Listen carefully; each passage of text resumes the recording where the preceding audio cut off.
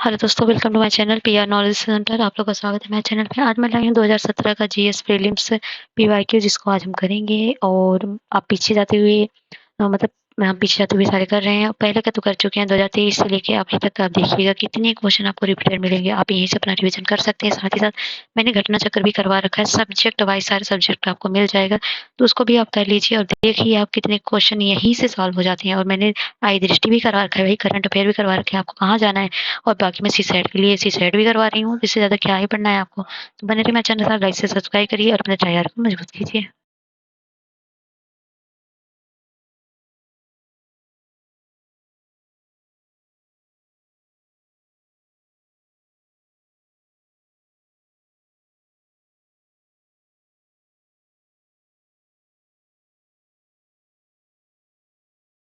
तो चलिए हम करेंगे आज 2017 का प्रीलिम्स का पेपर, पीपीपीसीएस का। तो है वैदिक सिविलाइजेशन से। तो ऋग्वेद के कई परिच्छेदों में प्रयुक्त अघन्या शब्द संदर्भित है। तो अघन्या जो है गायों के लिए था। Very simple. अगला है, निम्नलिखित में से किस शैलग्रित गुफा में 11 सिरों का बोधिसत्व का अंकन मिलता है। एलोरा में, काले में, कन्हेरी में, अजंता। तो मिलता है कन्हेरी में। कन्हेरी गुफाएं मुंबई शहर के पश्चिम क्षेत्र में बसे बेरीवाली के उत्तर में स्थित है। इनका निर्माण 3वीं शताब्दी से लेकर 9वीं शताब्दी के बीच हुआ था। यह एक ही पहाड़ को तराश कर 109 गुफाओं का निर्माण किया गया है। ये सभी बौद्धिक गुफाएं हैं। यहाँ पर बुद्ध की कई अलग अलग मूर्तियां हैं। इसी गुफा में 11 सिरों वाले बोधिसत्व की प्रतिमा भी है। निम्नलिखित में से कथनों पर विचार कीजिए। पश्चिमी गोदावरी जिले के गुंटूफली में प्रारंभिक चैत्यागृह और विहार चट्टानों को काटकर बनाए गए हैं। और दूसरा है, पूर्वी दक्कन के चैत्य और बिहार साधारणतः चट्टानों को काटकर बनाए गए हैं। तो दोनों के दोनों कथन बिल्कुल सही हैं।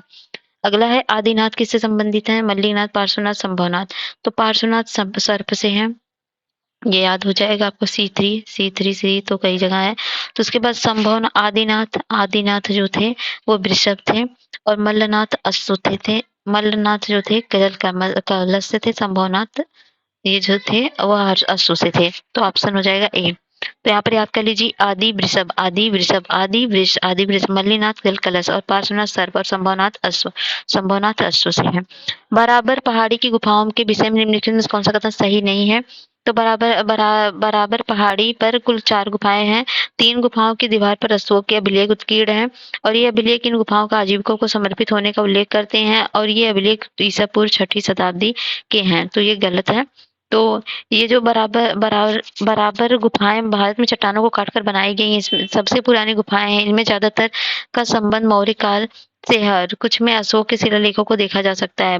गुफाएं बिहार राज्य के जहानाबाद जिले में 24 किलोमीटर की दूरी पर स्थित है। ये गुफाएं बराबर और नागार्जुनी की जुड़वा पहाड़ियों में स्थित है। यह नागार्जुनी पहाड़ी की गुफाओं और नागार्जुन गुफाएं कहा जाता है। अगला है, गंधार कला और जूनागढ़ और मिलिंद पन्नो और तक्षशिला। तो मिलिंद पन्नो जो है और गंधार कला की संबंधित है कुसाड़ से। गंधार कला कुसाड़ से। जूनागढ़ का अभिलेख जूनागढ़ का रुद्रदामन से है। और है मिलिंद पन्नो का मिनेंडर से है। और तक्षशिला का प्रतीक से है। तो ऑप्शन हो जाएगा सी। ठीक है। फिर है नेक्स्ट है 6वीं शताब्दी ईसा पूर्व का मत्स्य जहाँ जनपद का स्थित था। तो स्थित था राजस्थान में। फिर है दिल्ली सल्तनत के बारे में, जौनपुर राज्य का अंतिम शासक कौन था। तो मोहम्मद शाह, हुसैन शाह या मुबारक शाह, इब्राहिम शाह। तो वह जो था हुसैन शाह था। ठीक है। फिर 1303 के काकतीय शासकों की सेना ने जिनमें से किसकी सेना को वारंगल में परास्त किया था। तो वो किया था अलाउद्दीन खिलजी को। 1303 में अलाउद्दीन खिलजी ने दक्षिण भारत के राज्य वारंगल का आक्रमण किया। उस समय वहां का काकतीय वंश का शासक था। काकतीय की सेना ने वारंगल में अलाउद्दीन की सेना को परास्त किया था। अकबर के शासनकाल में दक्कन में निम्नलिखित पद्धतियों में से कौन भू राजस्व वसूली का प्रचलित आधार था। कनकुट, हल्की जब्त या गल्ला बख्शी। तो वह था हल्की संख्या। अकबर के शासनकाल में 15वें वर्ष में खालसा भूमि पर भू राजस्व की नवीन प्रणाली का सूत्रपात किया गया। भूमि की पैमाइश एवं खेतों की मूल वास्तविक पैदावार पर आधारित इस प्रणाली को जब्ती प्रणाली कहा जाता था। यह प्रणाली प्रायः संपूर्ण उत्तर भारत में प्रचलित थी, जबकि दक्षिण भारत में इस प्रकार की व्यवस्थित पद्धति का अभाव था। वहां के किसान हल की संख्या के आधार पर राज्य को भूमि का राजस्व का भुगतान करते थे।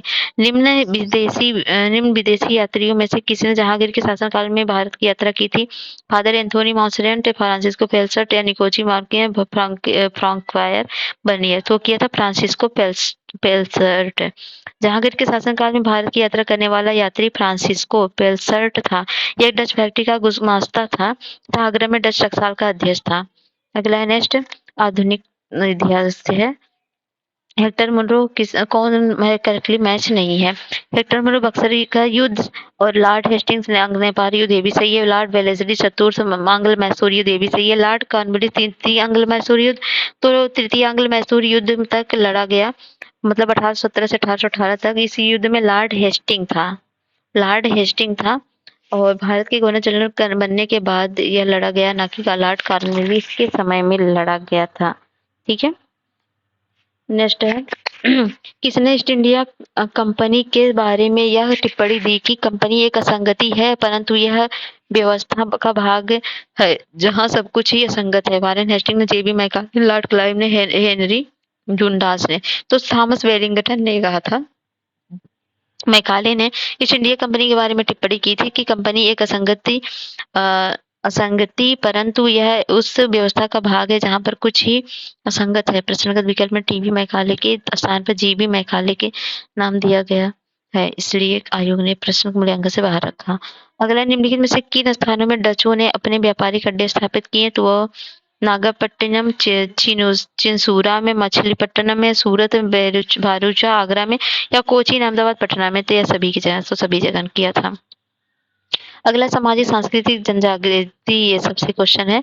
तो ये कथन है ब्रिटिश काल में सामान्य भारत का व्यापार संतुलन अनुकूल था, धन की निकासी का स्वरूप प्रतिफलित निर्यात था। तो इसमें कथन कारण दोनों से ही कारण कथन की व्याख्या भी करता है। फिर है मिलान करना है। पाबना विद्रोह 1873 में, तो पाबना विद्रोह सही है। दक्कन का किसान विद्रोह, दक्कन का किसान 1875 में हुआ था। सन्यासी विद्रोह ये भैया 94 में कहा हो गया, 63 और 1800 के बीच में हुआ था। और कोल विद्रोह हुआ था 1831-32 में, तो दोनों के दोनों मिले नहीं है। अगला है निम्नलिखित में से किस समाज सुधारक ने 1826 के जूरी अधिनियम का घोर विद्रोह किया था? तो वह किया था राजा राम मोहन राय ने। 1826 जूरी अधिनियम का विरोध समाज सुधारक राजा राम मोहन राय ने किया था। 16 वर्ष की आयु में इनकी आस्था मूर्ति पूजा में नहीं रही और इन्होंने फारसी में तुहफत उल मुवाहिदीन नामक पुस्तक लिखी। इसमें मूर्ति पूजा का खंडन और एकेश्वरवाद की प्रशंसा की। अगला है स्वतंत्रता संग्राम एवं राष्ट्रीय आंदोलन से निम्नलिखित में से किस वर्ष बंगाल के मिदनापुर जिले में जाति सरकार की स्थापना हुई थी? 1939 में, 1940, 42 में, तो 42 में हुई थी। तामलुक मिदनापुर में 1942 से 44 तक था। बलिया में चित्तू पांडे के नेतृत्व में 1942 में था और सतारा में 1943-45 में था। निम्नलिखित में से किस केस की समझ संसार में चर्चा हुई और अभियुक्तों के समर्थन में अल्बर्ट आइंस्टीन, एच.सी. वेल्स और हेराल्ड रॉस्की तथा रूजवेल्ट ने सहानुभूतिपूर्ण टिप्पणी की? तो वह मेरठ कॉन्स्पिरेसी केस में। मेरठ का षड्यंत्र केस 1929 से 33 में 25 कम्युनिस्ट क्रांतिकारियों पर चलाया गया था, जिसमें 3 अंग्रेज भी थे। इस विद्रोहियों के समर्थन में आइंस्टीन, रूजवेल्ट और एच.सी. वेल्स और हेराल्ड रॉस्की ने सहानुभूतिपूर्ण टिप्पणी की। स्वतंत्रता पूर्व भारत में निम्नलिखित में से किसने केंद्रीय विधानसभा में स्वराज दल का समर्थन किया था? तो किया था एम.एस. जिन्ना ने। 1 जनवरी 1923 को चित्तरंजन दास और मोतीलाल नेहरू ने इलाहाबाद में एक सम्मेलन कर स्वराज दल की स्थापना की। इस नए दल को कांग्रेस के अंदर ही समूह के रूप में कार्य करना था। तो इसमें जो है इस कांग्रेस के कार्यक्रम को ही स्वीकार किया गया, मगर एक बात को छोड़कर कि यह दल काउंसिल को चुनाव में भाग लेगा। केंद्रीय विधानसभा में स्वराज दल का समर्थन मोहम्मद अली जिन्ना और मदन मोहन मालवीय ने किया था। गोपाल कृष्ण गोखले ने किस वर्ष भारत सेवक मंडल सर्वेंट्स ऑफ इंडिया सोसाइटी की स्थापना की थी? तो वो की थी 1905 में।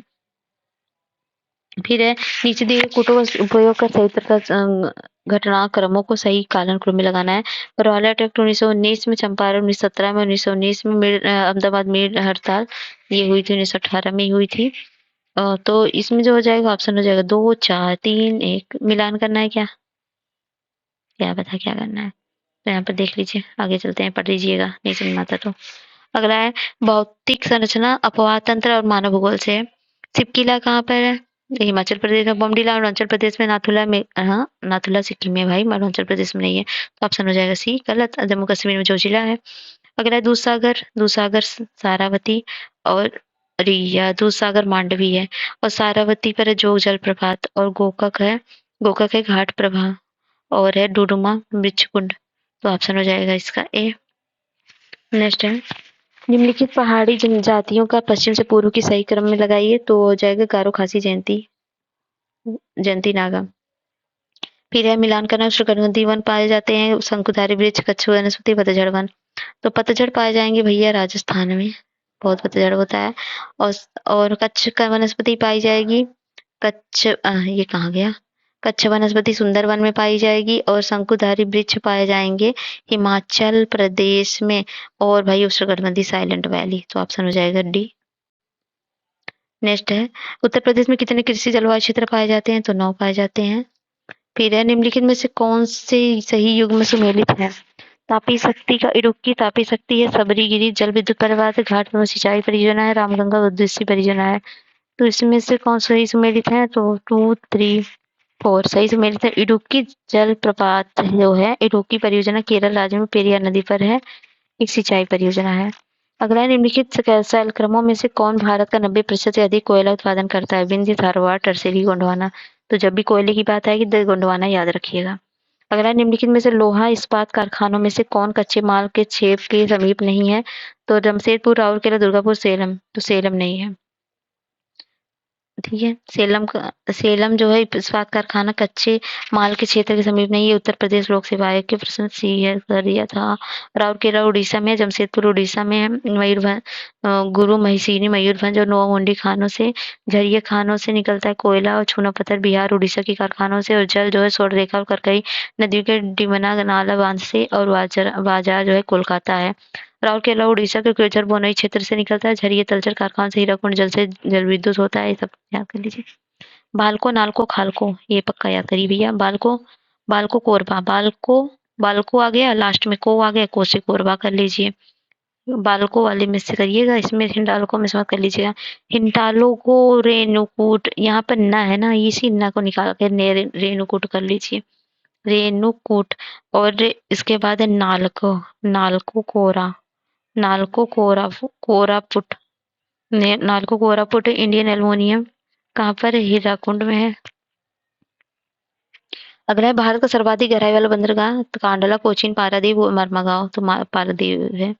अगला विश्व भूगोल। तो यहाँ पर है कर्क रेखा निम्नलिखित में किन राज्यों से होकर गुजरती। गुजरात, छत्तीसगढ़, उत्तर प्रदेश, झारखंड।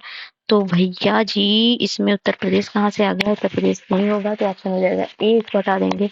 अगला है निम्न में से कौन सा सबसे बड़ा पठार है। तो एक्वेरियस, कोकोनो, कोलोराडो और कोलंबिया। तो कोलोराडो का पठार है। तो संयुक्त राज्य अमेरिका के दक्षिण पश्चिम क्षेत्र में विस्तारित कोलोराडो का पठार सबसे बड़ा पठार है। ये जो है 3,37,000 वर्ग किलोमीटर में विस्तारित है। इस पठार के मध्य में कोलोराडो नदी बहती है, जबकि कोलंबिया का पठार 1,60,000 वर्ग किलोमीटर में क्षेत्र में विस्तारित है। हाइड्रोस्फीयर में वर्षा की मात्रा निर्भर करती है हवा के दाब पर, वायुमंडल नमी पर भी, नमी पर डिपेंड करेगी। पीछे में the following is largest glacier. सबसे बड़ा ग्लेशियर सियाचिन है, इसकी लंबाई देख लीजिए 76 किलोमीटर है। अगला है अधोलिखित में से कौन सा शीत महासागर स्थल है। तो हम वो है अलगुहास। अलगुहास गर्म एवं अस्थायी है। बाकी कनारिन, हाम्बोल्ट, ओएसयू ये सब ठंडी है। कनारिन, ओएसयू, अगुलहास गर्म गर्म गर्म गर्म, अगुल गर्म। लाल सागर एक उदाहरण है किसका, ये एक्सियल ट्रॉफ का। तो लाल सागर दक्षिणी ध्रुव का उदाहरण है। लाल सागर एक अर्ध संलग्न उष्णकटिबंधीय बेसिन है और उत्तर पूर्व में अफ्रीका, पश्चिम और पूर्व में अरब प्रायद्वीप में से घिरा है। निम्नलिखित में से किसे वायुमंडल के प्राकृतिक संतुलन के कारण कार्बन डाइऑक्साइड की उपयुक्त सांद्रता मानी जाती है। तो वह मानी जाती है 0.03%। अगला निम्नलिखित में से किसे यूरोप की तेल राजधानी कहा जाता है। यूरोप की तेल एबरडीन, लिवरपूल, लीड्स, बेल्सॉम। तो एबरडीन है भैया। यूरोप की तेल की राजधानी एबरडीन को कहा जाता है। ब्राजील में विशाल कहवा बागानों को कहा जाता है स्टेट एंटेसियाज फेजेंडा। तो फेजेंडा कहा जाता है, ठीक है। तो दक्षिण अमेरिका के कुल क्षेत्रफल का 10% भाग ही खेती योग्य है। अधिकतर कृषि योग्य भूमि अर्जेंटीना और उरुग्वे है, जहां पर गेहूं और मक्का की अच्छी खेती होती है। ब्राजील, कोलंबिया और इक्वाडोर संसार में कहवा का सबसे बड़ा उत्पादक है। यहाँ की लाल मिट्टी कहवा की खेती के लिए उपयुक्त है। यहाँ कहवा के बड़े बड़े बागान मिलते हैं जो फेजेंडा कहलाते हैं।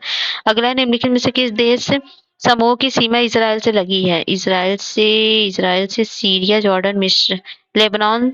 इसराइल, जॉर्डन, सीरिया, लेबनान और मिस्र से घिरा हुआ है। इसकी स्थापना 14 मई 1948 को फिलिस्तीन में विभाजन फलस्वरूप हुआ था।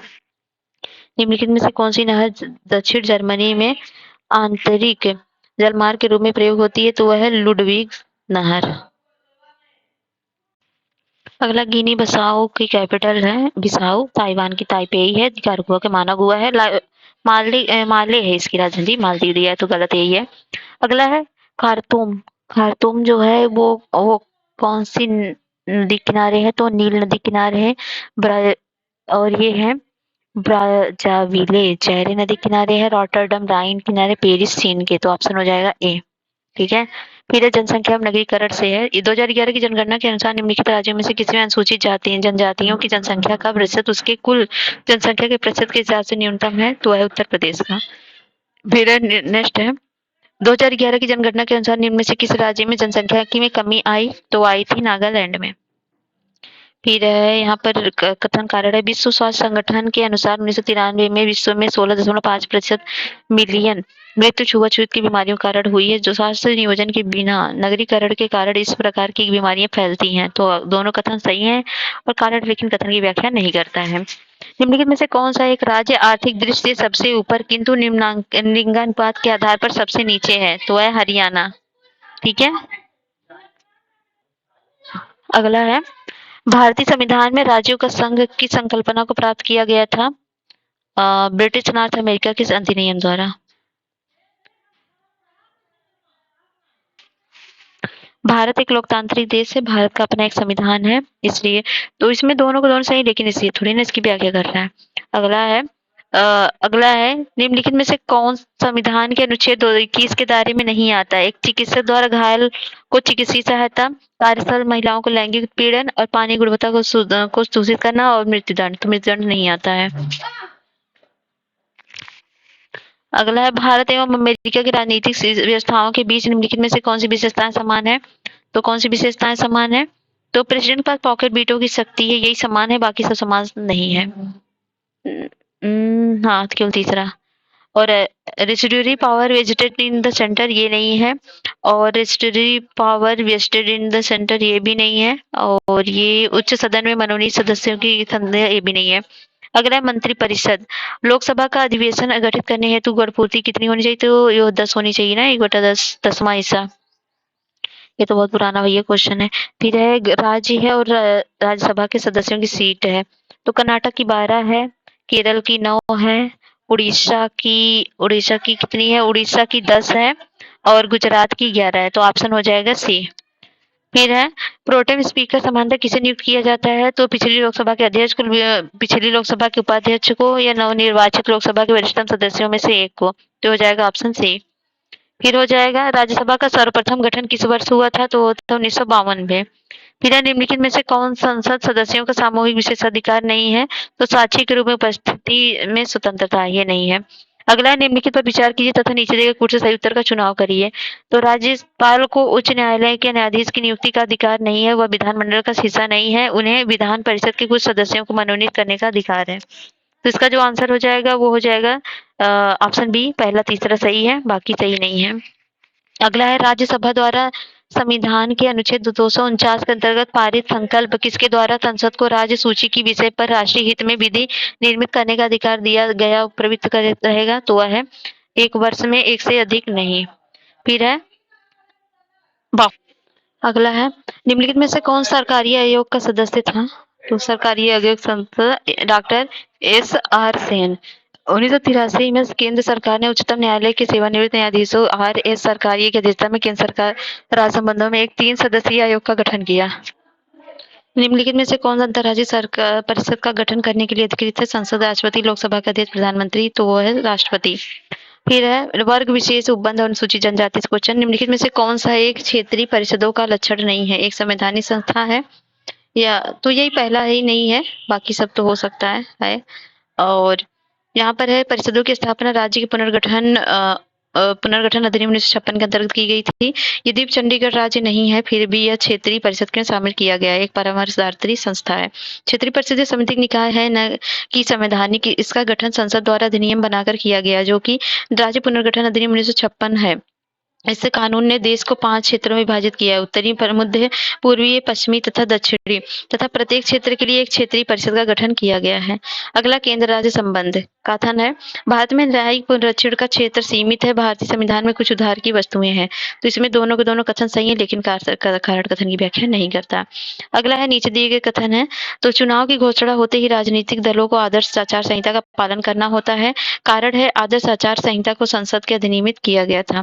तो इसमें जो है कथन सही है, कारण गलत है। फिर है नेक्स्ट है नेक्स्ट कथा नेक्स्ट है क्वेश्चन है, न्यायिक पुनरीक्षण का परिसीमन कौन से आर्टिकल में है?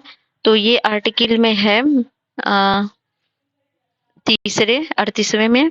और संपत्ति के अधिकार को मौलिक अधिकार से हटाया गया, ये हटाया गया था 44वें में, और 18 वर्ष घटाया गया था उम्र 61वें में, और उद्देशिका को 15 में जोड़ा गया था 42वें में। तो ऑप्शन हो जाएगा सी।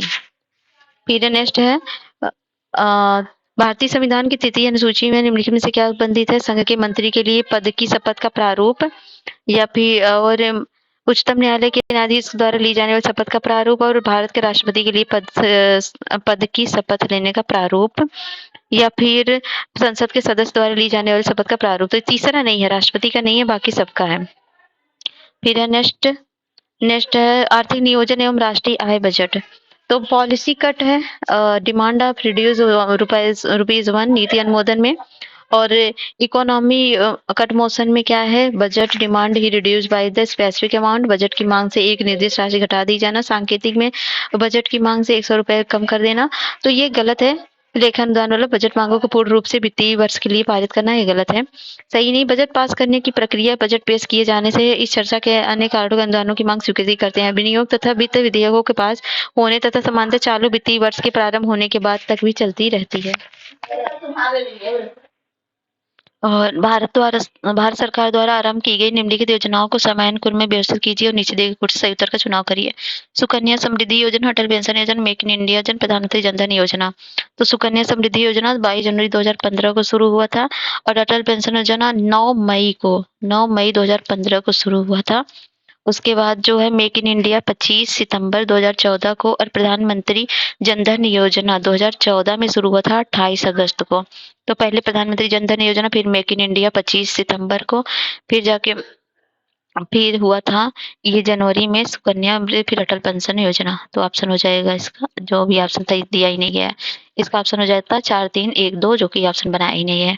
सामाजिक सुरक्षा अधिनियम 2008 के अंतर्गत प्रारंभ की गई राष्ट्रीय स्वास्थ्य बीमा योजना आच्छादित करती है क्या कहते हैं, केवल असंगठित क्षेत्र के श्रमिकों को। अगला है ग्रामीण पंचवर्षीय योजना शिशु मृत्यु दर को कम करने का लक्ष्य कितना था? तो वो लक्ष्य था 28 पर 1000। अगला है आर्थिक सर्वेक्षण 2015-16 के अनुसार निम्नलिखित में से किससे भारतीय अर्थव्यवस्था का चक्रव्यूह चुनौती माना गया? वो माना गया था भारतीय अर्थव्यवस्था में समाज में निर्गमन रहित सीमित बाजारवाद की ओर जाना। आर्थिक सर्वेक्षण 2015-16 के अनुसार यही था। तो अगला है निम्न योजनाओं को उनके आरंभिक होने से कालक्रम में व्यवस्थित करना है। प्रधानमंत्री जन धन योजना, digital gender Atlas for advancing girls education in India, प्रधानमंत्री सुरक्षा बीमा योजना, मुद्रा बैंक योजना। ये क्वेश्चन तो कई बार रहते हैं। तो ये मुद्रा बैंक योजना कब आई थी? ये प्रधानमंत्री मुद्रा बैंक योजना 8 अप्रैल 2015 को, और प्रधानमंत्री सुरक्षा बीमा योजना ये 9 मई 2015 को आया था, और गर्ल्स एजुकेशन इन इंडिया 9 मार्च 2015 को आया था। प्रधानमंत्री जन धन योजना 28 अगस्त 2014 को। तो इसका ऑप्शन हो जाएगा 1, 2, 4, 3। निम्नलिखित में से समन्वित बाल विकास सेवा योजना के अंतर्गत कौन सी सेवा नहीं प्रदान होती है? तो नहीं प्रदान होती distribution of free book and school dress too. तो अगला क्वेश्चन है निम्नलिखित में से समन्वित बाल विकास सेवा योजना के अंतर्गत कौन सी सेवा नहीं प्रदान होती है? तो पूरक आहार, रोग प्रतिरक्षण, बच्चों को निःशुल्क पुस्तकें एवं विद्यालय पोशाक का वितरण, और 3 से 6 वर्ष की आयु के बच्चों को स्वास्थ्य एवं पोषण। तो ये होगा बच्चों को निःशुल्क पुस्तकें एवं विद्यालय पोशाक का वितरण। अगला है वित्त वर्ष 2017-18 के संघ सरकार के बजट की 10 मुख्य विषय वस्तुओं में से निम्नलिखित में से कौन सी सम्मिलित नहीं है? तो एक्सपोर्ट, परफॉर्मेंस, निर्यात, निष्पादन ये नहीं थी। और है बुल्लक कैपिटलिस्ट किसे कहा जाता है? तो वो कहा जाता है किसानों को जिनके पास कुछ साधन तो है पर धनाढ़ नहीं है। बुल्लक कैपिटलिस्ट तो पहले पूंजीपति उन किसानों को कहा जाता है जिनके पास कुछ साधन तो है पर धनाढ्य नहीं है। अगला है, निम्नलिखित में से किस वर्ष में संयुक्त राष्ट्र संघ ने परम गरीबी की परिभाषा को अंगीकृत किया? तो वह था 1995। संयुक्त राष्ट्र संघ द्वारा 1995 में परम गरीबी की परिभाषा को अंगीकृत किया गया था। परम गरीबी से तात्पर्य ऐसी परिस्थिति से है जिससे मानव की मूलभूत आवश्यकताओं तक पहुंच ना हो। मूलभूत आवश्यकताओं में स्वास्थ्य, शिक्षा, आवास, सूचनाएं, स्वच्छता, शुद्ध जल एवं भोजन शामिल होता है। निम्नलिखित में से कौन एक वर्ल्ड इकोनॉमिक फोरम द्वारा ग्लोबल जेंडर गैप इंडेक्स के आकलन हेतु सर्वोच्च प्राचर के रूप में प्रयुक्त नहीं होता है? तो वह है आराम रिसर्च। अगला साइंस से क्वेश्चन है, कृत्रिम उपग्रह पृथ्वी के से सुस्पष्टता से ट्रैक किया जा सकता है, किया जाता है डॉपलर प्रभाव द्वारा। अगला, एक सुरंग में 100 वाट क्षमता वाले 5 बल्ब लगातार 20 घंटे तक जलाए जाते हैं। संपूर्ण विद्युत खर्च होगी तो होगी 10 यूनिट। तो यहाँ पर बल्ब की क्षमता 100 वाट है, कुल बल्बों की 5 संख्या है तो 500 को गुणा कर देंगे। फिर 20 घंटे का समय है 20 घंटे, तो विद्युत खर्चा होगा वाट गुणे घंटा बटे 1000, तो आप दोनों का गुणा कर दीजिए, फिर भाग दीजिए, 10 आ जाएगा। यदि 100 ग्राम चीनी को आधा लीटर पानी में मिलाकर एक असंतृप्त चीनी का घोल तैयार किया जाए तो निम्न से कौन सी भौतिक राशि नहीं बदलेगी? द्रव्यमान, घनत्व, सांद्रता, आयतन। तो आयतन नहीं बदलेगा। मोबाइल चार्जर होता है एक an inverter, a UPS, a step up transformer, a step down transformer. तो ए स्टेप डाउन ट्रांसफार्मर मतलब एक अपचाई ट्रांसफार्मर।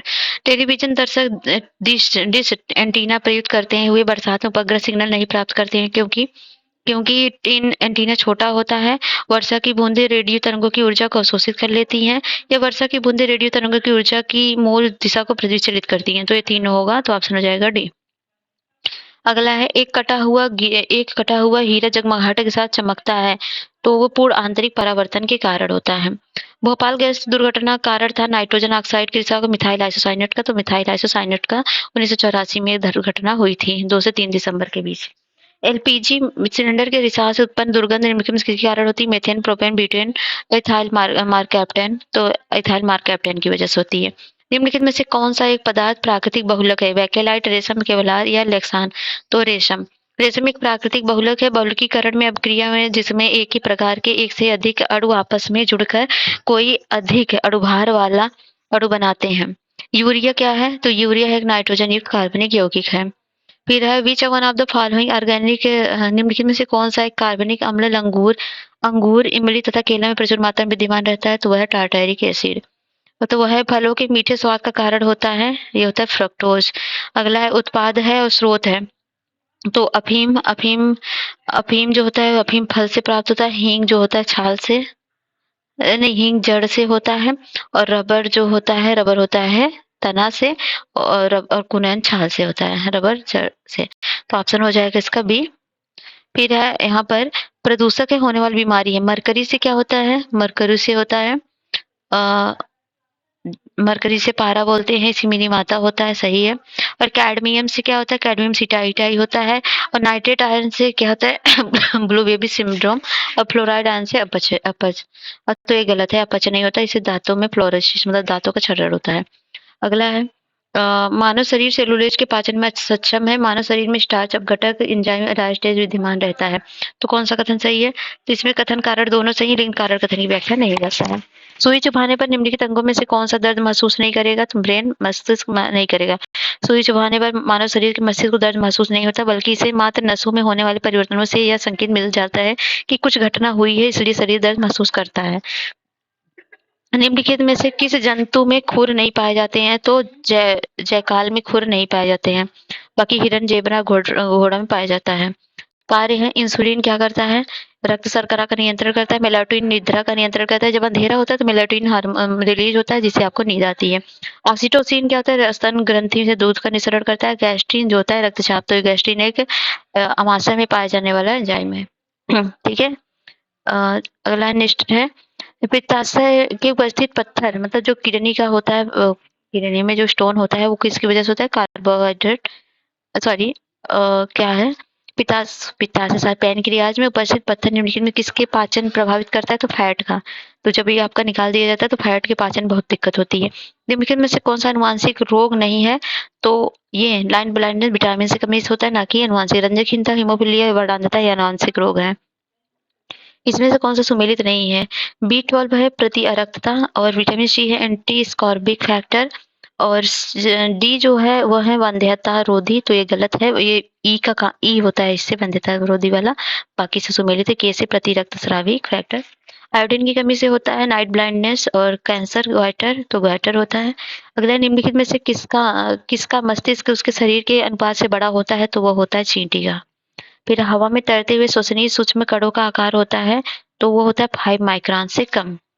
और एक कृषि पशुपालन एवं डेयरी से है नीली हरी शैवाल। शैवाल में जो नाइट्रोजन स्थिर कारक फसल है, तो ये है धान में। और राइजोबियम जो है पी मटर में होता है और एजोबैक्टर गेहूं में होता है। एजोला मक्का में नहीं होता है। एजोला तैरती हुई फन है जो शैवाल से मिलती जुलती है। एजोला धान के खेतों तथा उथले पानी में पाए जाते हैं। एजोला की पंखुड़ियों में एनाबीना नामक नील हरित शैवाल हरित काई पाई जाती है और जो सूर्य के प्रकाश में वायुमंडलीय नाइट्रोजन का यौगिकीकरण करती है और हरे खाद की तरह फसल को नाइट्रोजन की पूर्ति करती है। अगला है वेस्टर्न घाट में कौन सी खेती होती है? स्थानांतरित खेती है क्षेत्र है, तो वेस्टर्न घाट में होती है कुमारी। वेस्टर्न घाट कुमारी खेती होती है। दक्षिण पूर्वी राजस्थान में दक्षिण पूर्वी राजस्थान में वालतरी होती है और वालतरी होती है। उत्तर पूर्वी भारत में नॉर्थ ईस्ट इंडिया में होती है झूम और उत्तर प्रदेश सॉरी मध्य प्रदेश और छत्तीसगढ़ में डाहिया होती है। मध्य प्रदेश और छत्तीसगढ़ में डाहिया होती है, तो ऑप्शन हो गया ए। ठीक है। नेक्स्ट है कुमारी वेस्ट बंगाल और दक्षिण पूर्वी राजस्थान वालतरी और उत्तर पूर्वी भारत झूम है और मध्य प्रदेश तथा छत्तीसगढ़ में डाहिया है। अगला है निम्नलिखित में से कौन सुमेलित नहीं है? वर्ल्ड एनवायरमेंट डे ये है 5 जून, सही है। Earth Day 22 April and anti tobacco day ये 5 मई को नहीं 31 मई को है और ओजोन डे 16 सितंबर, सही है। हरितगृह प्रभाव में वातावरण में से कौन सा परिवर्तन होता है?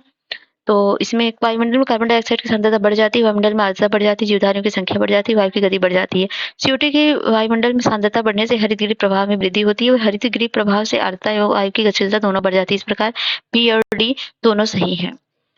बीच ऑफ द फॉलोइंग इकोसिस्टम में जो मैक्सिमम प्लांट बायोमास निम्नलिखित में से किस पारिस्थितिकी तंत्र में पौधों का जैविक पदार्थ अधिकतम होता है? तो होता है ट्रॉपिकल रैन फॉरेस्ट में। फिर है भारत सरकार ने वन संरक्षण अधिनियम किस वर्ष अधिनियम किया था? वन संरक्षण अधिनियम आया था 1980 में।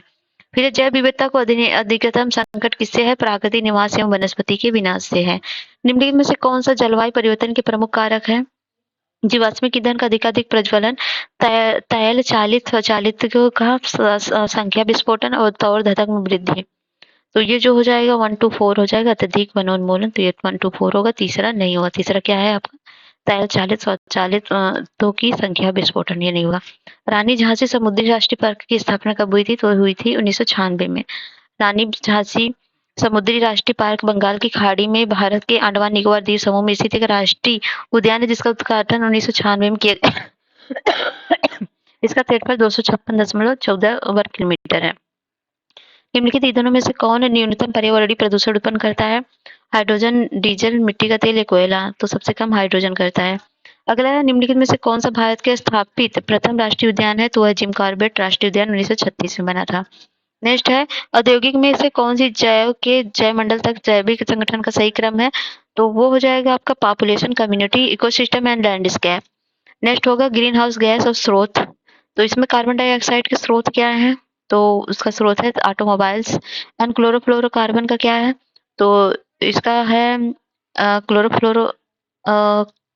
क्लोरोफ्लोरोकार्बन का क्या? इसमें से कौन सा सम्मिलित नहीं? मैं भी क्या मिला रही तो सही है भाई। थर्मल पावर है कार्बन डाइऑक्साइड का, क्लोरोफ्लोरोकार्बन ऑटोमोबाइल्स है, नाइट्रस ऑक्साइड का वाटर लॉस्ड पैडी फील्ड है और सल्फर डाइऑक्साइड का ब्रिक्स नहीं है। सल्फर डाइऑक्साइड ऑटोमोबाइल से कार्बन मोनोऑक्साइड एंड लेड निकलता है, ना कि CFC। सॉरी ये भी सही नहीं है। इससे CFC क्लोरोफ्लोरोकार्बन किससे निकलता है? इससे कार्बन मोनोऑक्साइड निकलता है। कार्बन इस थर्मल सॉरी कौन सा है? ऑटोमोबाइल से कार्बन डाइऑक्साइड निकलता है, ना कि क्लोरोफ्लोरोकार्बन। और असर्सन है रीजंस है भारत में जलवायु परिवर्तन, सामाजिक तनाव बढ़ रहा है, मौसम की चरम दशा की बारंबारता एवं तीव्रता से खाद्य सुरक्षा पर गंभीर प्रभाव पड़ेंगे। तो दोनों कथन कारक सही, कारक कथन की व्याख्या है। अगला खेल का सामान प्रसिद्ध है मेरठ का। मेरठ में दिया सलाई बरेली और पीतल का सामान मुरादाबाद और लकड़ी की नक्काशी सहारनपुर। तो ऑप्शन हो जाएगा बी। बी सबके लिए सतत ऊर्जा दशक पहल है, तो यह है यूनाइटेड नेशन का। और सक्षम project approved by the government of India related to Bharat सरकार द्वारा अनुमोदित सक्षम परियोजना संबंधित है। ये है नवीन अप्रत्यक्ष कर नेटवर्क से। नेक्स्ट है स्टार्टअप्स की विशेष आवश्यकताओं को पूरा किया जाता है, तो all of the above means angels investors and venture capital and crowd funding.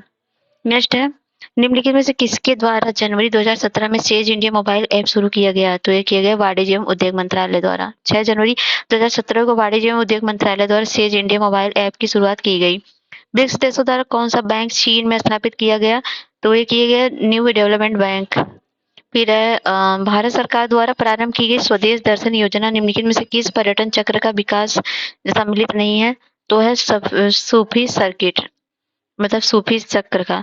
जनवरी 2015 पर्यटन मंत्रालय भारत सरकार द्वारा स्वदेश दर्शन योजना का शुभारंभ किया गया। इस योजना के तहत 13 थीम आधारित परिपथों का पहचान की गई। परिपथ है पूर्वोत्तर भारत परिपथ और श्रेष्ठ परिपथ और मरुस्थल परिपथ और बौद्ध परिपथ और हिमाचल परिपथ और तटीय परिपथ, जनजातीय परिपथ और वन्यजीव परिपथ और ग्रामीण परिपथ और आध्यात्मिक परिपथ और रामायण परिपथ।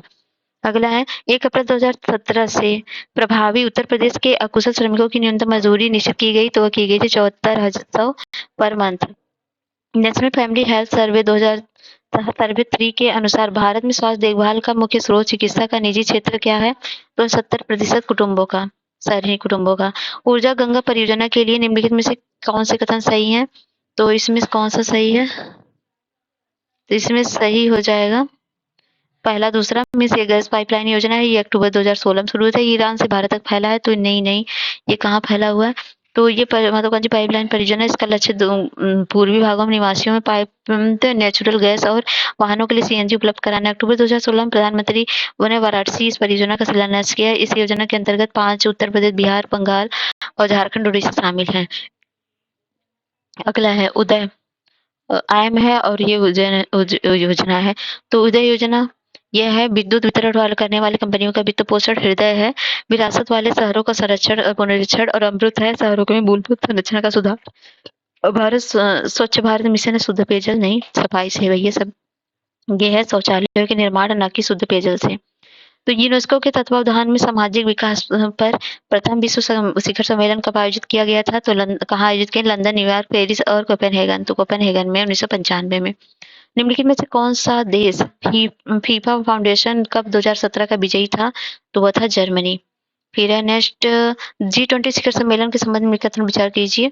तो 12वां G20 शिखर सम्मेलन जर्मनी में संपन्न हुआ, शिखर सम्मेलन चीन में संपन्न हुआ और शिखर सम्मेलन 14वां जो है जापान में संपन्न हुआ। तो इसमें जो है B13 सही है और बाकी गलत है। अगर महिला एक दिवसीय अंतरराष्ट्रीय क्रिकेट में मिताली राज के प्रदर्शन के संबंध में कथन में विचार कीजिए। तो सबसे पहले 6000 से अधिक रन बनाने का श्रेय उन्हें जाता है। उन्होंने प्रथम 5 मैच में शतक बनाया है। लगातार 7 अर्धशतक बनाने का रिकॉर्ड उनके नाम है। सर्वाधिक शतक बनाने का विश्व रिकॉर्ड उनके नाम है। तो इसमें से कौन सा कथन सही है? तो इसमें जो सही है 1, 2, 3 सही है, चौथा गलत है। तो भारतीय क्रिकेट टीम की कप्तान मिताली राज 12 जून 2017 को वनडे मैच में सर्वाधिक रन बनाने का विश्व कीर्तिमान हासिल करने के साथ ही प्रारूप में 6000 रन पूरा करने वाली विश्व की पहली महिला क्रिकेटर बन गई। सर्वाधिक शतक बनाने का रिकॉर्ड ऑस्ट्रेलिया के कप्तान मेग लेनिंग के नाम पर है।